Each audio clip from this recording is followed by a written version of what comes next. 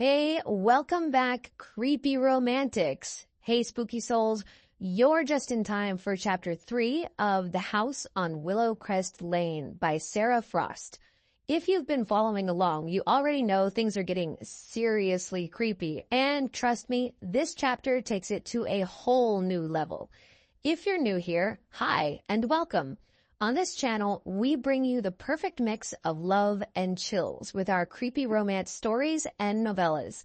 And here's the deal. We're on a mission to hit our first 100 subscribers, so smash that subscribe button and turn on the bell to make sure you never miss a single twist or turn. And here's the best part.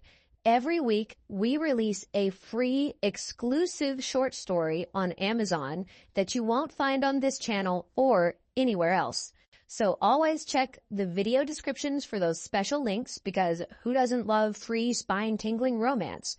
And if you want even more, you can grab the full novella, The House on Willow Crest Lane, and explore its 4 alternate endings in the ebook and audiobook. All the links are waiting for you below.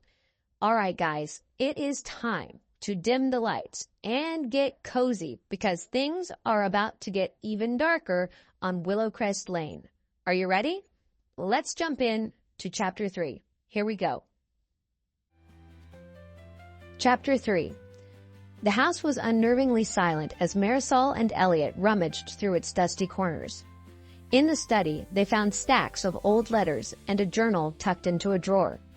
This has to be something, Marisol said, brushing cobwebs off the journal's cracked leather cover. She flipped through the brittle pages, scanning the faded handwriting. Elliot leaned over her shoulder. Anything useful? Yeah, maybe. I don't know why we never saw this stuff before. Elliot shrugged. Well, we've just had a lot of trying to settle in going on. I know the snot-nosed college kids have been eating my lunch. Plus, trying to keep up with grading every freaking paper has been a nightmare, so... His voice trailed off as Marisol pointed to an entry dated October 13th, 1892. She began to read aloud.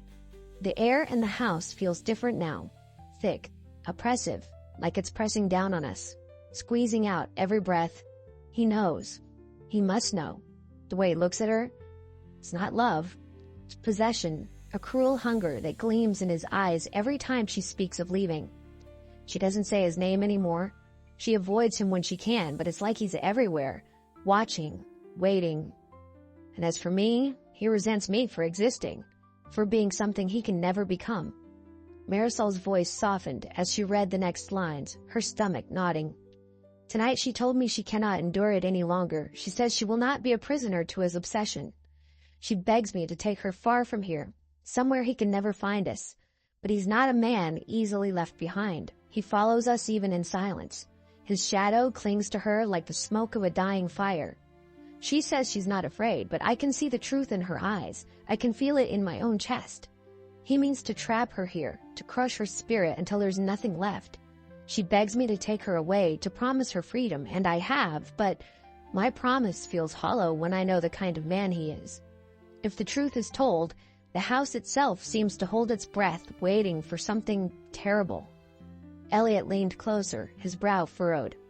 Whoever wrote this, they knew something was going to happen.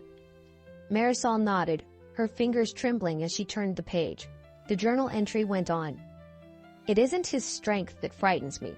He's soft where I'm hard, brittle where I am steady, but he wields power of a different kind, power that comes with money.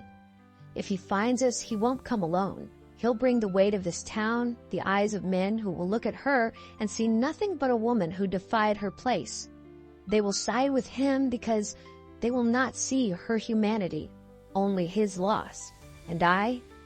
What am I but a carpenter, a man of no status, no influence? He will kill us, and no one will dare to stop him. The writing grew shakier, more frantic. This afternoon he cornered her in the parlor. I wasn't there, but the staff heard his shouts, the venom in his voice. He said she betrayed him, that she humiliated him, that she belongs to him and always will. He said it standing next to his father's axe above the fireplace. She told me his eyes kept darting to it, and she knew his thoughts were only of evil at that moment. Now, I am no coward. If it were only my life at stake, I would stand against him gladly, but she she's everything.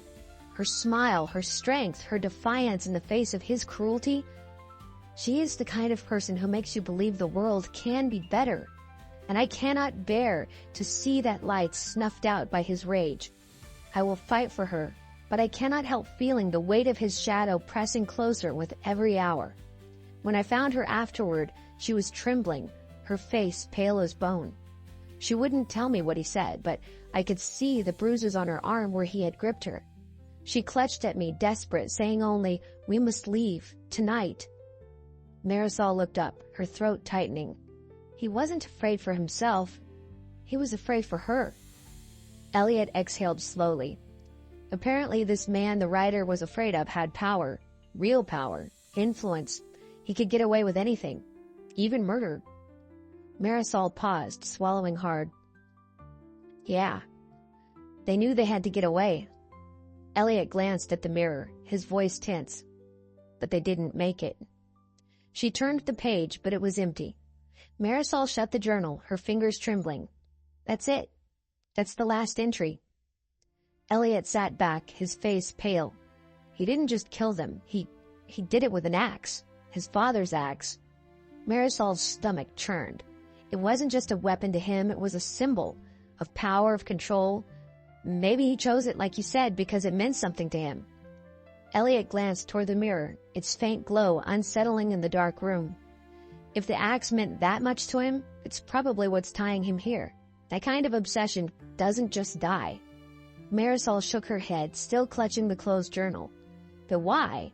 Why would the axe matter so much now? He's gone, isn't he? So are they. The house groaned softly, its floral scent wafting back into the room like a sigh. It almost felt apologetic, as if it had heard her question but couldn't find the words to answer. Elliot frowned, running a hand through his hair. We don't even know if this is about the axe. We're guessing. Marisol slumped into a chair, exhaustion pulling at her shoulders. We saw him kill them, Elliot, right there in that mirror, and the way he looked at her, it was like he couldn't let her go. If the axe was part of that, maybe it's part of whatever's keeping him here. I just don't know how. They sat in silence for a moment, the weight of the journal heavy between them. The house creaked softly as though shifting in thought. Elliot finally broke the silence. All right, let's think. If the mirror is showing us this, then maybe it's a clue. Something the house wants us to figure out. Marisol gave a hollow laugh. You're giving the house way too much credit. I think it just likes messing with us. Elliot smirked faintly. Maybe, but it's not like we've got anything else to go on. The house groaned softly, its floral scent curling through the air like a warning. Marisol glanced toward the mirror, her arms wrapped tightly around herself. I don't think I can stay here tonight, she said quietly, breaking the tense silence. Elliot blinked, caught off guard. You want to leave? Marisol turned to him, her eyes wide with exhaustion. Do you blame me? We've just seen enough horror movie material for a lifetime. Elliot opened his mouth to argue, but then closed it again, his gaze shifting to the mirror. It was quiet now, its faint glow barely perceptible, but the memory of what they had seen lingered, like a bad dream. He sighed, rubbing the back of his neck. Okay, I get it, but where are we supposed to go? A hotel? Marisol shook her head. No, Rosie's. She always said we could stay if we needed to. Elliot frowned. You want to tell Rosie about all this? I already told her some. Plus, I'd rather deal with her badgering me than spend another night listening to this house breathe, Marisol shot back, her voice sharper than she intended. Elliot flinched, and she immediately felt a pang of guilt. I'm sorry, she said, softer this time. I need a break, Elliot. From this place, from everything. He hesitated, glancing around the dimly lit room. The chandelier swayed faintly above them, the house letting out another long, mournful creak. Finally he nodded. All right, let's pack a bag and go. Marisol's shoulders sagged with relief. Thank you. Marisol zipped up a small overnight bag in the bedroom, glancing around at the carefully chosen furniture she'd brought with her. Modern, sleek, and utterly out of place in the creaky, antique-filled house. She ran her fingers along the edge of the bed frame, her jaw tightening. This was supposed to be our fresh start, she muttered to herself. So much for that. Elliot appeared in the doorway, a duffel bag slung over his shoulder. You ready? Marisol glanced at him, her irritation bubbling to the surface. You're really asking me that? You're the one who insisted on buying this place.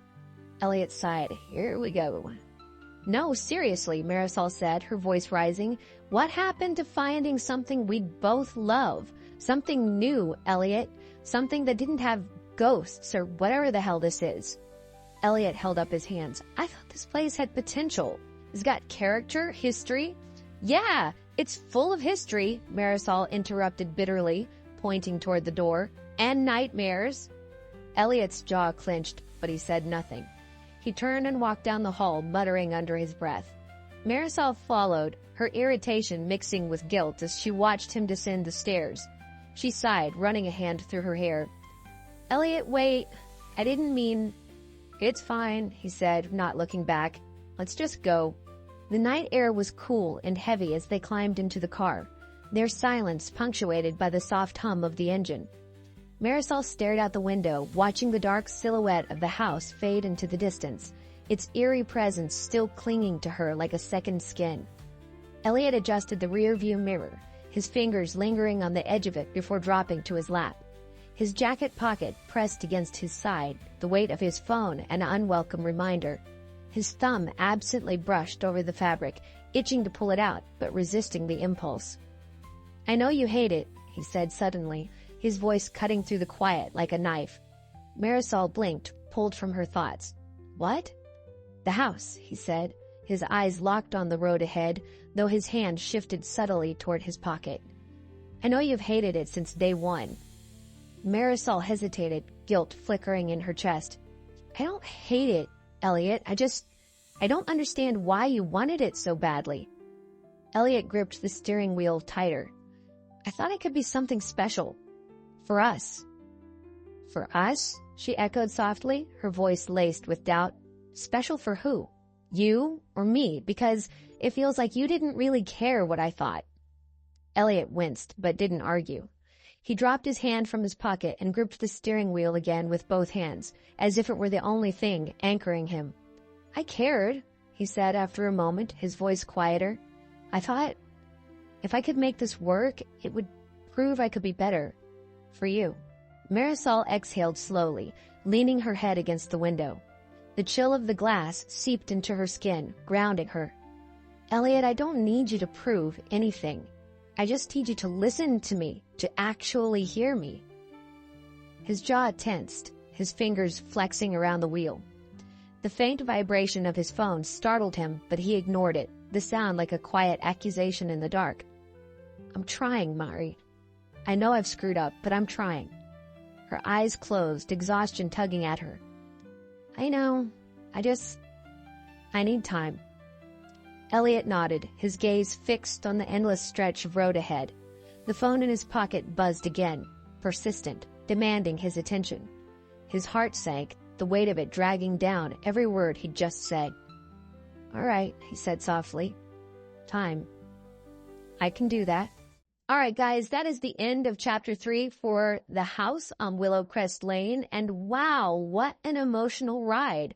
Elliot and Marisol's tension is so real in that house. It's like it's still looming over them, even as they drive away.